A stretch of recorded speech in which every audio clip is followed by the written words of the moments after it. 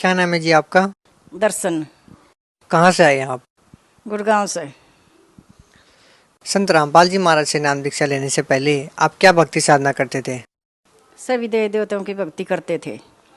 ब्रह्मा की, विष्णु की, महेश की, गणेश की, हनुमान की, सबकी पूजा करके छिक गए थे। हमने कोई लाभ नहीं होया। सभी व्रत करे मैंने, चांदी के छतर भी चढ़ाए मैंने देवी पे, फिर कोई भी राम नहीं मिला मैंने। फिर कोई एक गांव वाला था, वो बोला कि ऐसा करो, परमात्मा की शरण में आए, संत रामपाल जी महाराज आ रहे और वहाँ से नाम दीक्षा ले लो, वहाँ से आप पूरा राम हो जाएगा थारे। कभी बच्चे बीमार, कभी डांगर बीमार, कभी मैं बीमार, कई कई घंटे तक बोल रही थी मैं, कोई भी लाभ नहीं मिला हमने। फिर हमने पता चला परमात्मा संत रामपाल जी महाराज आ रहे, हमने उनके पास तो नाम दीक्षा ले ली। मेरा तुरंत राम हो गया, तुरंत राम हो गया। हमने सभी देवी देवताओं की छोड़ दी, फिर परमात्मा की शरण में आकर हमने भक्ति करी। भक्ति करी थी, इतना लाभ हो गया हमारे में। फिर हमने तो बच्चा भी बीमार था, हमारा बच्चा बीमार था तो हमने सभी हॉस्पिटलों में दिखा लिया। हो कोई सभी हॉस्पिटल वाले ने जवाब दे दिया अगर भाई ये बच्चा तो ख़त्म हो चुका, यूँ नहीं ठीक होता। तो फिर सभी रिश्तेदार भी इकट्ठे हो गए तो सभी रिश्तेदार इकट्ठे हो गए। इतने में परमात्मा संत रामपाल जी महाराज आ गए। बोला बेटा कौन का ठीक नहीं होता यू, ये तो ठीक है और कल छुट्टी लेकर घर पर जाइयो। हम तो कल छुट्टी मिल गई हमने, हम घर पर चले गए, हमारा लड़का बिल्कुल ठीक हो गया। संत रामपाल जी महाराज से नाम दीक्षा लेने के बाद आपको क्या क्या लाभ मिले? हमने सभी लाभ मिले परमात्मा की। एक तो मैं इतनी ज़्यादा बीमार थी, मेरे बच्चे भी भूखे थे, अब मेरे रोटी भी नहीं पोक दे सकती थी बच्चों ने। मैं इतनी बीमार थी, मेरा कैंसर भी थी, मेरे टीबी भी थी। सभी हम डॉक्टरों ने जवाब दे दिया था मेरे से, सभी ये तो सियाणों का डॉक्टरों का सभी घूम लिए थे, कहीं भी राम नहीं होया। फिर जो मेरा सर्जरी हुई थी, मेरी सर्जरी हुई, डॉक्टर बोले किसकी सर्जरी होगी। फिर हम वहाँ दिल्ली पहुँचे तो दिल्ली बोले तो कल होगी, कल होगी। तो हम वहाँ पर पहुँचे, कल होएगी सर्जरी। वहाँ तो मैं कपड़े पहन के लेट गई तो इतने में मैं रोने लगी तो परमात्मा आ गए। इतने में बोले आजा बेटे मेरे साथ साथ में, क्यों रो रही है, खुद हम करने वाले हैं, कौन टाल देगा इसने, कौन कर देगा तेरा बीमारी। तो मैं परमात्मा के साथ साथ चली गई तो बहुत सुंदर सुंदर तो रोड, अशोके के पेड़ लाग रहे, बहुत सुंदर सुंदर। बाग में चली गई मैं, बाग में गई तो स्टेज लाग रहा गुरुजियाँ का। ऊपर देखा तो परमात्मा बैठे, परमात्मा ने आशीर्वाद दिया। तो मैं नीचे लिखाई तो मेरे संत रामपाल जी महाराज मेरे साथ में खड़े तो आशीर्वाद लेके बोले बेटा मेरे साथ आ जाए। एक दूध की नदी थी तो वहाँ से परमात्मा ने संत रामपाल जी महाराज ने दूध डालकर एक गिलास मेरे से पिया के इतने में डॉक्टर बोले चलो तेरी सर्जरी होगी। डॉक्टर बोले इसका तो दिल घबरा रहा है, इसकी सर्जरी नहीं होगा। परमात्मा ने कहा तेरा कुछ नहीं हो रहा, चलो। चले गए तो उन्होंने 5 घंटे की सर्जरी करी। 5 घंटे की करी तो मैं आई नीचे लौटाई तो मेरे सिर पे संत रामपाल जी महाराज हाथ रख्यूं खड़े। बोला बेटे 5 घंटे की सर्जरी हुई, ये बाप भी लेट और मैं भी लेटूंगा।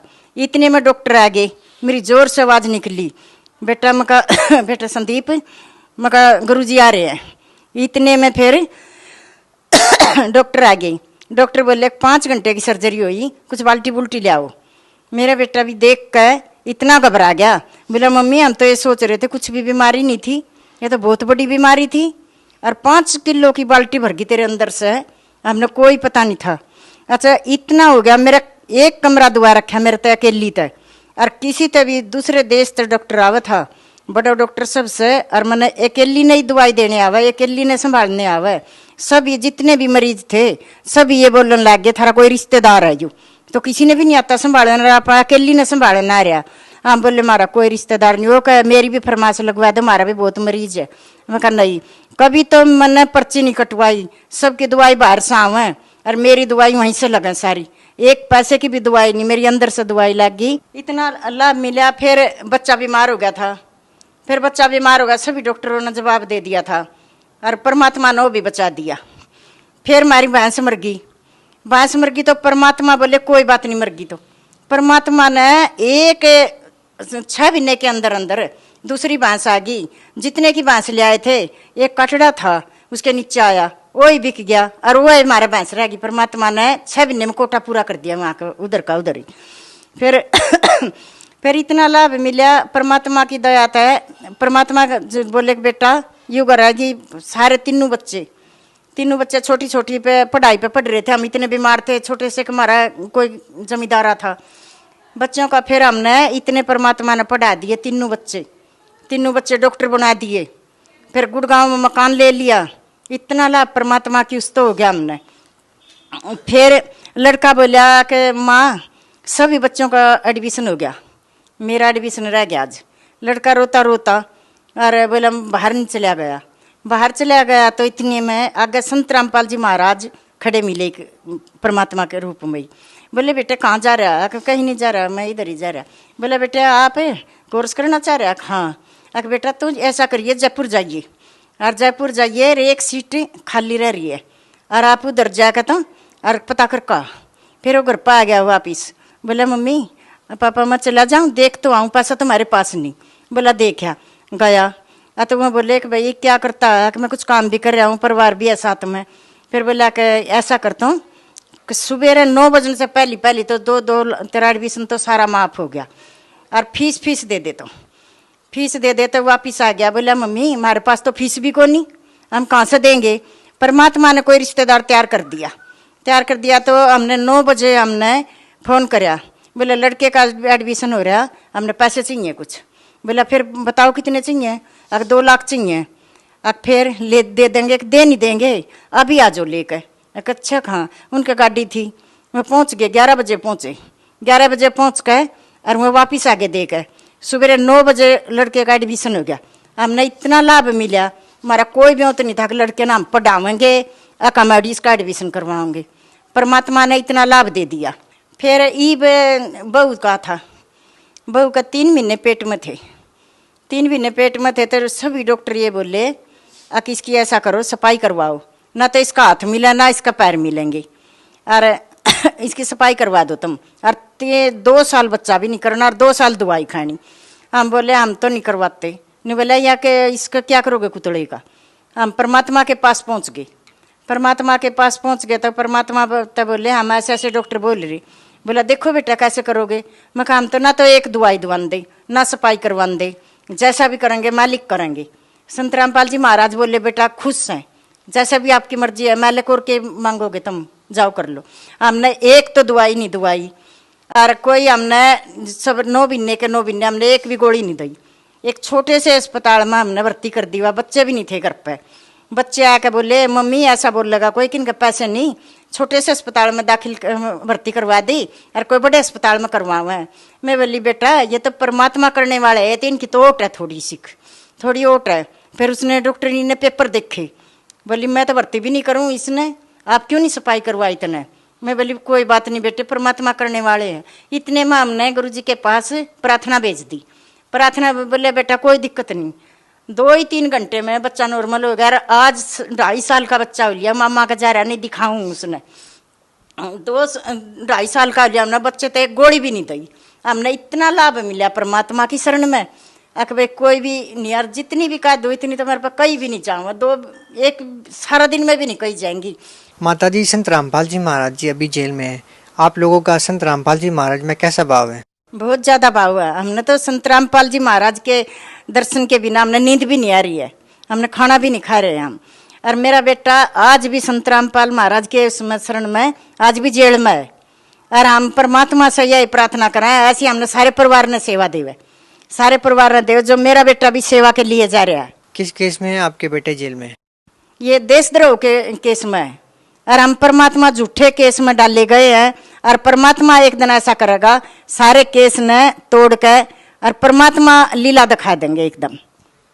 आज आपको क्या लगता है कि आपके बेटे संत रामपाल जी महाराज के साथ जेल में है, उनके ऊपर देशद्रोह का मुकदमा दर्ज है, क्या कहना चाहेंगे? मेरा बेटा देशद्रोही नहीं है, मेरा बेटा देशभक्त है। और हमें बहुत दिन से बोल रहे हैं अगर हमारी CBI जांच करो। और मेरा बेटा तो देशद्रोह नहीं है, मेरा बेटा तो देशभक्त है। और हम यही प्रार्थना कर रहे हैं कि हमारी CBI जांच करो। और हम यही प्रार्थना कर रहे हैं परमात्मा हमने बार बार यही सेवा दया जाइयो। संत रामपाल जी महाराज की साथ में मेरा बेटा जेल में है। और जब भी मैं मिलने जाती हूँ मेरा बेटा ये बोलता संत रामपाल जी महाराज पूर्ण परमात्मा आ रहे हैं, मम्मी भक्ति करा करो, उसका इतना भाव है, हमने भी हंस हंस का ऐसा करता है, मम्मी मंड का भक्ति करो, ये टाइम नहीं मिलेगा, ये शरण परमात्मा आए हुए हैं। माता जी, संत रामपाल जी महाराज के बारे में लोगों का ऐसा कहना है कि वह अन्य धर्म गुरुओं की निंदा करते हैं, क्या कहना चाहेंगे? देखो वह निंदा नहीं करते हैं, वह परमात्मा सीधी लाइन पर चला रहे हैं। देखो आज तो मंगलवार आ गया, हनुमान की पूजा कर आए, आज सोमवार आ गया, इसकी शिव जी की कर आए। देखो और दिन कहाँ जाएंगे? मैं परमात्मा ये कहें अगर भाई उनकी पूजा करें, भाई आज 24 घंटे करो उनकी, वहाँ आप खुश रहेंगे। तुम्हें जो एक दिन पूजा कर दी तुम 8 दिन कहाँ जाएंगे? और परमात्मा न्यू कहें सुते उठ देवी, चल देवी, फिर देवी, भगवान उनकी भजन कर दे रहो, वहाँ आप ही खुश रहेंगे। परमात्मा तो सीधा रास्ता बता रहे हैं और परमात्मा कुछ नहीं छटवा रहे हैं। माता जी, भगत समाज को क्या संदेश देना चाहेंगे? भगत समाज तो ये देना चाहती हूँ, कैसे संत रामपाल जी महाराज कहीं भी नहीं मिलेंगे और इतना सुख कहीं भी नहीं मिलेगा। परमात्मा की शरण में आओ और सभी नाम लो और अपना कल्याण करवाओ। माता जी, आपने संत रामपाल जी महाराज को क्यों गुरु बनाया? हिंदुस्तान में बहुत सारे धर्म गुरु हैं।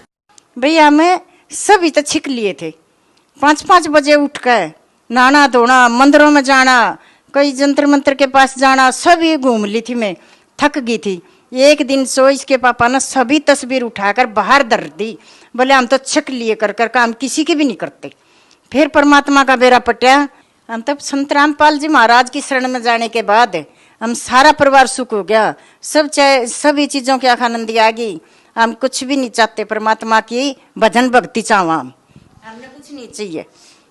माता जी, जो लोग संत रामपाल जी महाराज से जुड़ना चाहते हैं वो संत रामपाल जी महाराज से कैसे जुड़ सकते हैं, क्या कहना चाहेंगे?